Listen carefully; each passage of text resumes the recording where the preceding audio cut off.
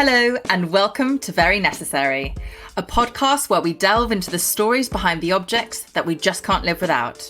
I'm Melissa Hemsley and I'm a chef, a food writer and food activist. And in each episode, I'm joined by a guest bringing their very own indispensable object. Together, we'll find out why it means so much to them and what's really going on behind it. Today, my guest is the wonderful Anna Jones. Anna has been called the voice of modern vegetarian cooking. She's a cook, she's an award-winning writer, and she is the best-selling author of books like A Modern Way to Eat, A Modern Way to Cook, and The Modern Cook's Year. Her most recent cookbook, One, is a collection of one-pot recipes that are short on pans and good for the planet too. Anna Jones, we're so excited you're here. Welcome. Oh, thanks for having me. It's so lovely to be here and be having a chat with you. I mean, what a treat. It is a real treat. How have you been? Tell us how you've been. Oh, well, I've been really well, actually. It's been a wild old year, hasn't it? But my fourth book came out about 4 weeks ago, and it's been really, really lovely to have something new to talk about and to be excited about. So many people have been cooking from the book and sending me their recipes, and you know, I've managed to pull out some easy sustainability hacks for people as well, and so I've sort of been talking a bit around that. So it's been super fun. I've been missing my friends like you though, Mel. It's been that's been the only downside. Haven't been seeing my mates. I've missed your cooking. It's a lovely feeling, isn't it? I bet when you see what people have been cooking from something you've been squirreling away at on your laptop by yourself for so long, and then all of a sudden it's like it's bringing joy to other people's kitchens, isn't it? Absolutely. Well, I always find it so nerve-wracking those few weeks before a book comes out because, you know, you do put so much of yourself into it. And this particular book took me 2.5 years to write. So it felt like there was a lot invested in it. And you always feel a bit nervous. But yeah, when they land in people's houses and they start cooking and people start saying, oh yeah, the recipe was great. My family loved it. My meat-eating husband, you know, thought it was the best thing. And my kid that's never eaten a bean ate this recipe, you know, and the recipe's really then become people's own recipes in their own kitchens. And that's the lovely thing, isn't it? You're passing the baton on. Well, we are very lucky to have you. I know that lots of people are trying to chat to you and lure you onto their podcast. We are so excited that you've come onto this one because we wanted to know, what is your very necessary object? And please do tell us. Oh, well, it is contact lenses.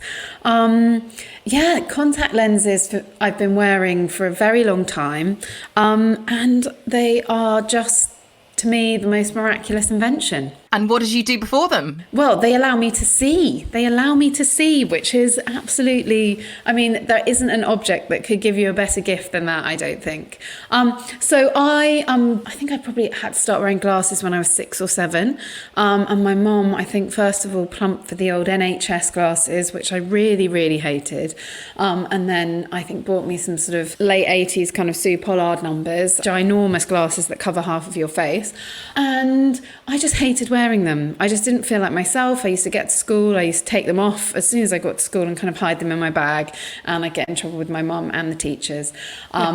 And so when I was about 13 or 14, I think my mum suggested I wore contact lenses, and bless her heart, I couldn't bring myself to put them in initially. I'm an old pro at it now, but so my mum for the first, I think, few weeks put my contact lenses in every morning. Bless Geraldine. I mean, that's true love, isn't it? It is. Yeah, she's such a sweet woman, my mum. So I just think they're miraculous, and I'm excited to hear a bit more about them. And they're part of your daily life now. I mean, really, really, you need them every day, don't you? Absolutely. So I wear them day in, day out. There's not a day that goes by that I don't wear them. I try not to wear them for too long because I know that, you know, that's bad for my eyes. But yeah, I wear them every day. It's pretty much the first thing I do in the morning. Get up, brush my teeth, put my contact lenses in. So I really can't imagine my life without them, because with my glasses, I don't feel like myself, both, you know, in the way I look, but also I feel like my glasses sort of slow me down a bit. I have to turn my head to kind of look at things, and I'm so used to having that wraparound vision that a contact lens gives me. So So yeah, and the days actually, ironically, like today, I've run out of contact lenses. I got up today and there weren't any left in my little box. So I've got some arriving tomorrow, but I'm actually in my glasses today. And I have to say, I just don't feel like me. Funny story. I am a new specs wearer. I've only been wearing them for about a year and a half. And I haven't tried contact lenses. And then my mum reminded me, she said, Melissa, you did wear contact lenses. When you were 16, you used to strut up and down Kingston High Street wearing blue and green coloured contact lenses because I thought I was cool. Okay, well, let's hear more about contact lenses because that's what we love to know. Who started it? Where have they come from? What's got us to this point where you can have a box, coming at you in the post tomorrow? We are going to introduce right now our Very Necessary's own head of stories, Kat Summers. She is the expert on everything, and today she is the expert on contact lenses. Welcome, Kat. Hello, Melissa. Hi, Kat. Hi, Anna. Hi. I'm so interested in this one because I've worn contact lenses for a very long time as well, and I've really never thought that much about them. So this has been a really interesting topic to research. So, Kat, what have you found out? Can you give us some surprising facts about contact lenses, please? Well, this one was actually really hard, I think, because contact lenses are basically invisible. So whereas glasses have lots of things associated with them, and there's lots of research into how less likely, for instance, we are to trust someone wearing glasses or more likely to think they're intelligent, contact lenses don't really have that because in the main, we don't have any idea if someone's wearing them or not, unless we've seen them before wearing glasses, maybe. So there's all this clever technology in a contact lens. It takes an image, makes it hit the back of your eyeball at a different angle so you can see it properly, and it's all invisible. And that got me thinking, how did that happen? And who on earth thought it would be a good idea to put lenses directly into your eyes in the first place? Oh, I never thought about that, and I certainly wouldn't have volunteered for that. No, it's quite a wild idea, isn't it? It is really quite a wild idea. It's mad. So I found a really fascinating story, but I have to warn you, it's a content warning right up front. I am going to talk about eyeballs a lot. So if you're squeamish, or you might want to cover your ears. Oh, okay, Kat. We are warned. We are squeamishly, suitably warned. Over to you. Take it away. Last year, in all the tumult of 2020, a company called Mojo Vision quietly unveiled a prototype straight out of Black Mirror. It was a contact lens that displays a tiny interactive computer screen directly over your field of vision. So you can go about your day, scrolling through a calendar, say, or looking up directions or choosing which music to play, all with a flick of your eyeballs. These smart contact lenses are the latest frontier in wearable tech, or technology that's so integrated with our lives, we can do away with separate devices or screens. Wearable tech could be anything from a fairly innocuous bracelet that counts your steps, right up to microchips implanted under your skin that can unlock your front door. And if you think about it, contact lenses are one of the earliest examples of this kind of thing, after hearing aids, of course, and glasses, or if you want to go really far back, a wooden leg. And this new smart contact lens takes things to a new bionic level, previously only seen in the Terminator films. But there's just one problem. The prototype lens is huge. It covers a lot more of the eyeball than just the cornea, and it's made of rigid plastic, unlike the soft, flexible stuff normal contact lenses are made from. So all this technology is possible, but one big question remains: how on earth do you actually wear these things? And that's exactly the same dilemma that the earliest contact lens inventors faced back in 1887.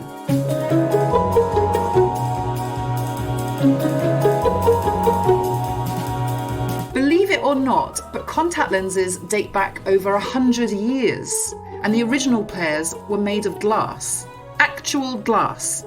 You know, the stuff that's hard and sharp and breaks really easily. They were made not by a scientist or an ophthalmologist, but by a German medical student, an amateur glassblower called August Müller. He was an early biohacker, basically, a full century before people started monitoring their heart rate and sleep or microdosing hallucinogenic drugs to improve their productivity. Poor August was so short-sighted, glasses would have had to be impossibly thick to correct his vision. So he tried grinding 2 glass discs and inserted them into his eyes instead. Now that was no mean feat. First, he had to numb his eyeballs with cocaine. then hold his breath while submerging his entire face in water as he slotted them in. And even when they were in, he could only bear wearing them for about half an hour before the pain became too excruciating. Closing his eyes was almost impossible too, so in that time he couldn't blink much either. But he could see a little better. Another person experimenting with glass lenses at the same time was ophthalmologist Adolf Eugene Fick. Adolf had the bright idea of inserting a lubricating solution between the eyeball and the glass, meaning the lenses could be worn for longer. So it was him, not August, who went down in history as the father of the contact lens. And unsurprisingly, glass contact lenses did not become popular. They became thinner and better shaped over the next 40 or so years, meaning you could at least blink when wearing them. But no one was beating down opticians' doors for a pair. It wasn't until the discovery of polymethyl methacrylate, better known as acrylic or perspex, in the 1930s that contact lenses could be made out of plastic. At first, perspex was used to make safety glass, furniture, cooking dishes, all the things we still use it for today. But during the Second World War in England, a new potential use was spotted. If an RAF Hurricane fighter plane was attacked or shot at, the windows in its cockpit often shattered into tiny shards of glass, and those shards would lodge themselves into the eyeballs of any pilot not wearing his goggles, causing so much pain and irritation the pilot often lost their eye. An ophthalmologist called Harold Ridley noticed how shards from the newer model Spitfire planes, which had acrylic windows, often lodged in the pilot's eyeball without causing inflammation or irritation. The shards of acrylic had no effect on their sight either, and their bodies made no attempt to reject them. This meant acrylic or perspex could be used in direct contact with human tissue, and doctors started seeing more uses for it.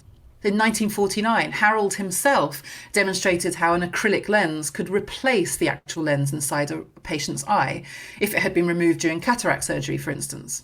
And acrylic could also work as a more comfortable and lightweight lens on the surface of your eyeball too, in the case of contact lenses. You didn't need to inject your eyeballs with cocaine to wear acrylic contact lenses either, which I describe as a huge plus. But the plastic they were made from was still fragile, hard and uncomfortable, not to mention expensive.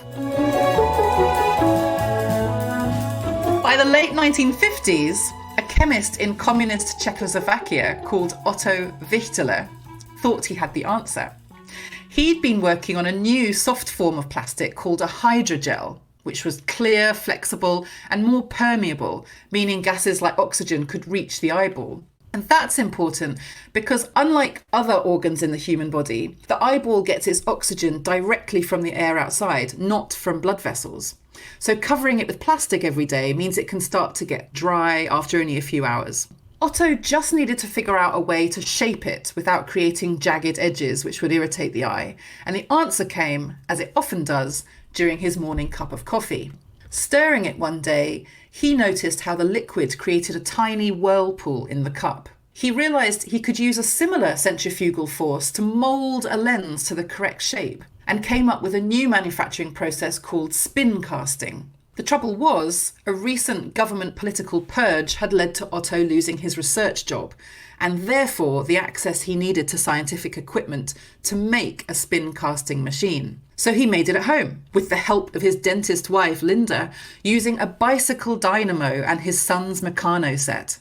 And incredibly, on Christmas Day 1961, they used this machine to make 4 thin, round, flexible contact lenses.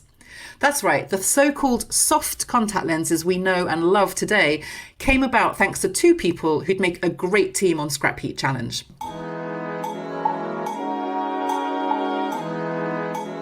From the 1970s onwards, these lenses became increasingly popular, with millions of people around the world becoming amateur chemists as they disinfected their lenses in hydrogen peroxide, then neutralised them in specially designed cases every day. And they were expensive. By 1993, an engineer called Ron Hamilton had noticed how contact lens wearers often continued wearing a torn lens, even though it irritated their eye, because new ones cost so much. Just like August Müller experimenting on his own eyes 100 years ago, or Otto Wichtler building a spin casting machine with a Meccano set in his son's bedroom, Ron retreated to his garage in Hampshire in England to figure out a better way of mass-producing contact lenses. He came up with a way of making contact lenses that was so cheap they could be worn once and thrown away. And throw them away people did. Each of these new daily disposable lenses cost a few pence to make, compared with the previous retail price of £50 per lens. And they didn't need cleaning or fiddly cases. It was the final step in making contact lenses so wearable we barely even notice them. Too wearable, in fact. In 2017, a woman went into Solihull Hospital in England for routine cataract surgery, where a surgeon found 27 old contact lenses in her eye. 27. It's the kind of story that makes every contact lens wearer shudder. And the amazing thing about this story is the woman in question hadn't even noticed. She thought her eyes were just a bit dry and put it down to old age. The trouble with making something as wearable as possible is that, well, we wear it too often and for too long. And as anyone who wears contact lenses knows, leaving them for a long time makes your eyes dry, red and itchy and more prone to infection. Sometimes we just need a little discomfort to remind us we're human after all. Which brings us back to those big plastic smart lens prototypes. They may be ready to usher us into a cyborg future none of us are quite ready for, but they'll do it by making lenses less wearable. Because we may go back to cleaning our lenses every night, because that cleaning case charges their batteries too. Scientists around the world are busy embedding tiny electrical circuits and LEDs powered by radio waves into contact lenses, using nanotechnology like this to give us everything from telescopic sight to night vision. So far, so creepy. But these smart contact lenses also have more pressing uses, such as monitoring and alleviating certain health conditions like diabetes or the risk of stroke. And maybe, just maybe, one day, if you lose a contact lens, you'll be able to ping it to find it, just like your smartphone. Oh my gosh. That is wild. Find my lens, Anna, can you imagine? Yeah. I actually thought the pilot was just one of those sort of urban myth stories. I didn't think that windscreens would smash and bits of glass would lodge in pilots' eyes, but clearly they did. So yeah, no, absolutely fascinating. I can't imagine those early contact lenses and how completely uncomfortable they must have been. I just can't imagine. And the kind of future of contact lenses, I find that sort of mildly terrifying, I've got to be honest. Just like to stick with the same order, really. Yeah, right? Exactly. I'll just stick with my normal contact lenses, thanks. They help me see, and that's really all I want them to do. What did you think about the lady that had left 27 lenses up there? Had you ever... Oh, my goodness. Well, a couple of times. I haven't forgotten any. I think I'm quite conscious of them, but a couple of times they've kind of gone around the back of my eye. It's sort of indescribable discomfort because you know it's there, but it's around the back of your eye. It's really quite strange. I can't stand the discomfort. So how that lady managed to, go on with 27 of them in her eye, I am not sure. It's a bit of a sort of grit your teeth story, isn't it? Yeah, it's quite the collection of lenses she had up there. I know it's, sorry to state the obvious, but inventors really are clever, aren't they? They really are. And I love hearing, who was it? Was it August who had the first known, we have the first known go at it. And then we've got Linda the chemist on Christmas Day. I feel like she had the missing part of the puzzle. It was Linda the dentist, actually. Oh, dentist. Yeah, so almost. Linda provided sort of the medical information that her husband Otto needed. So Otto is sort of down as the inventor of the soft lens, but of course, there is a wife in the background helping out. And they really did build that as a team. They built that machine using their son's Meccano set and developed those soft lenses. Well, thank you, August, for persevering and putting cocaine in your eyeballs and suffering so much. I mean, that would be a wild thing to do every morning, wouldn't it? Numb your eyes with cocaine, pop your face in a bowl of water, pop your contact lens in. But he still managed Kat said, didn't you? You said he still managed half an hour before he gave up. So high pain threshold. Absolutely, half an hour he managed. And doing the research for this particular episode, I did find out that cocaine has recently been used again in the NHS for things to do with your eyes, often to do with eye surgery, as a numbing agent. Wow! So it is still in use for that. It's fascinating, and I think because I feel so strongly about contact lenses, like I feel like they are transformational in my life. You know, they are. Mm-hmm. So I think I've always been thinking, God, who invented these? Because I'd actually really like to go and shake them by the hand. So I'm glad I know now. I couldn't believe they were as old as they are. Yeah. Like 100 years. I remember they were already quite established by the time I was at school, and then I got them in the 90s. So I knew they went back a few decades, but not 100 years. Fascinating. Well, Melissa mentioning Kingston High Street took me back to my teen years, because that's where I was with my contact lenses too. No way, that's all three of us were then, because I lived just down the road. Yeah, that was my night out. Volts. Oh my. Volts on a Wednesday. Is that really you too, Kat? Yes. I mean, I grew up near Guildford, so Kingston was a big night out. Oh, love it. That's hilarious. We probably were all in Volts on the same night, listening to something terrible. That's why I had my horrible blue and green fake contact lenses.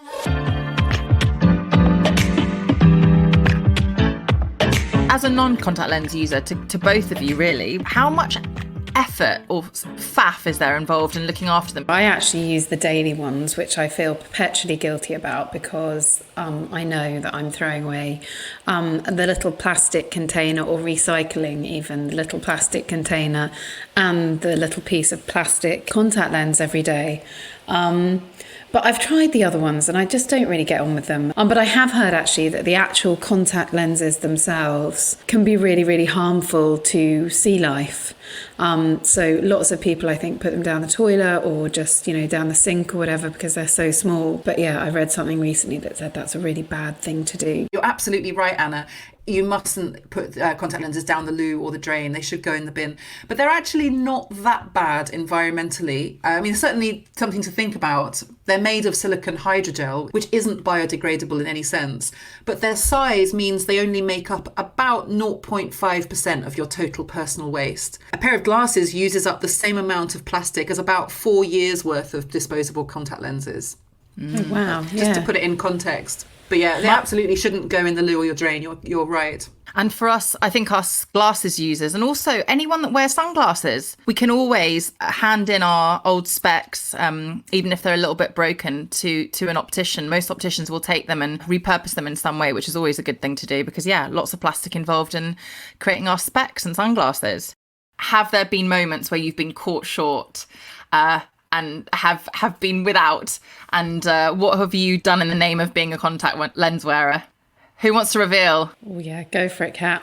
Oh gosh, I think anyone who's worn contact lenses for a while has got some terrible, shameful secrets they've done in the name of clear vision. Definitely keeping torn lenses in my eyes. That's something I've often done because I'm extremely short-sighted. So if a contact lens comes out or I've only got one in, I will find it hard to get home. So quite often keeping a contact lens when it's far beyond something I should keep in. Other things like wearing them swimming, something I know I shouldn't do. I've definitely done that, yeah. How can you not get in the pool? Is that because of the bacteria, the microorganisms that will get stuck in a lens or get caught behind? Exactly. There's one in particular called keratitis. That's the infection you might get if these tiny microorganisms or bacteria get into your eye and crucially get trapped between your contact lens and your eye. And those organisms are rampant in tap water, sea, swimming pool water. And it's a serious infection. It can lead to blindness. Oh my goodness. So I know it's something you shouldn't do, but having done the research for this, I've now, I won't do that anymore. I've swum in mine lots and lots and lots, and I'm not very good at surfing. Actually, me and Mel have been surfing together, so she can attest to that. But I really love being in the sea, and I just can't, surfing, you need to be able to see. You need to be able to see everyone around you. So I have worn them in the sea lots of times, and I've definitely slept in my contact lenses a few times. In the olden days when we used to have nights out, before I had my little boy, when there were some wilder nights, I've definitely been known to forget to take them out. But that's not something that you repeat very often, because that feeling when you open your eyes in the morning and realise you've slept in them, it's just, worse than the after effects of alcohol. Oh, it's like an eye hangover. Awful, yeah, absolutely. The shattering thing about it as well is there's that brief moment when you think you've been cured, you wake up and you can see. Absolutely. And then you realise what you've done.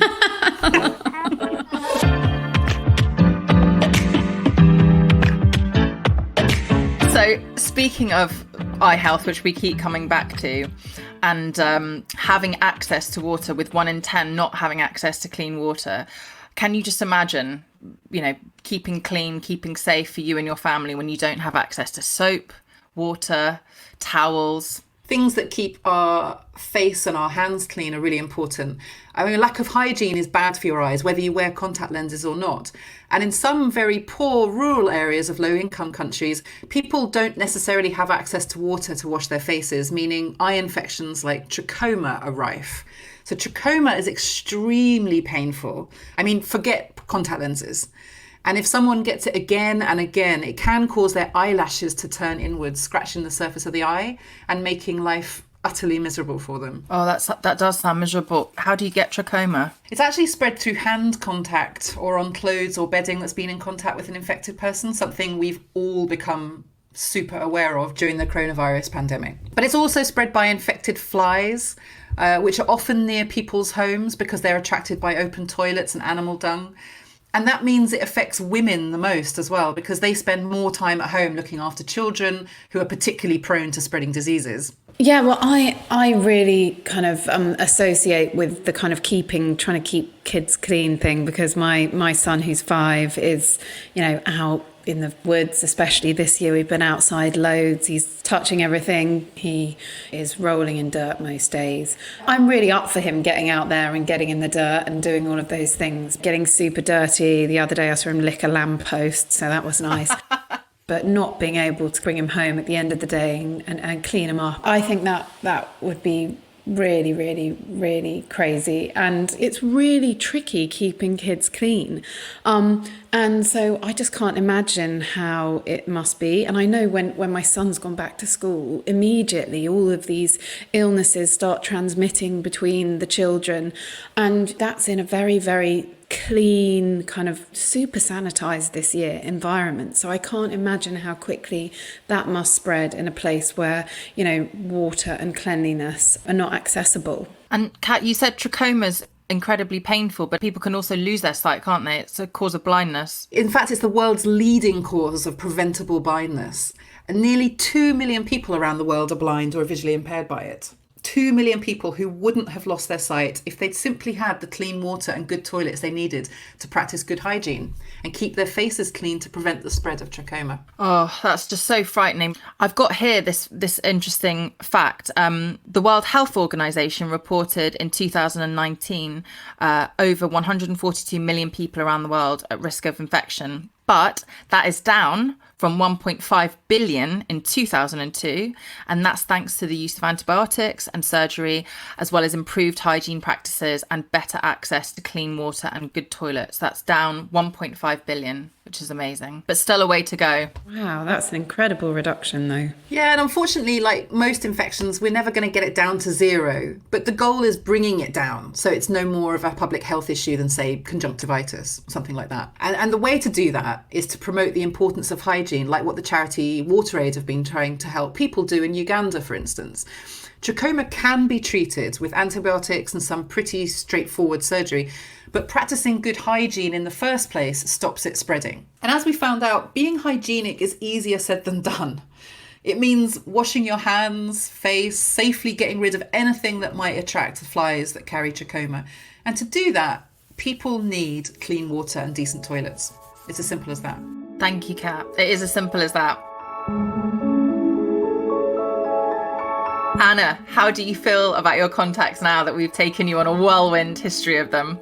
Wow, I just feel incredibly privileged, really. The privilege to be able to, first of all, have them, thanks to those amazing inventors, to be able to afford them, thanks to my situation, but also to be able to have the kind of water and, cleanliness supplies to make sure that I'm taking care of my eyes and taking care of my sight. I think it's something that it's really, really easy to take for granted. And I know that, when I have had the odd, little eye infection, be it conjunctivitis or whatever else, you really realise how critical your sight is and how critical your eye health is. So to think of people around the world who don't have water and, cleanliness supplies, it's really quite a wake-up call. Well said, Anna.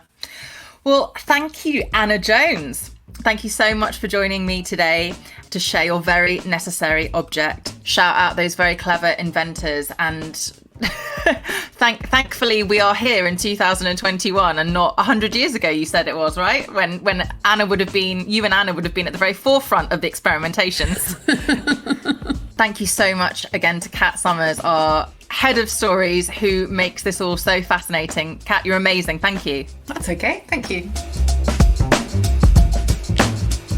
Very Necessary is brought to you by WaterAid, a charity working worldwide to make sure that everyone, everywhere, has clean water, decent toilets, and good hygiene.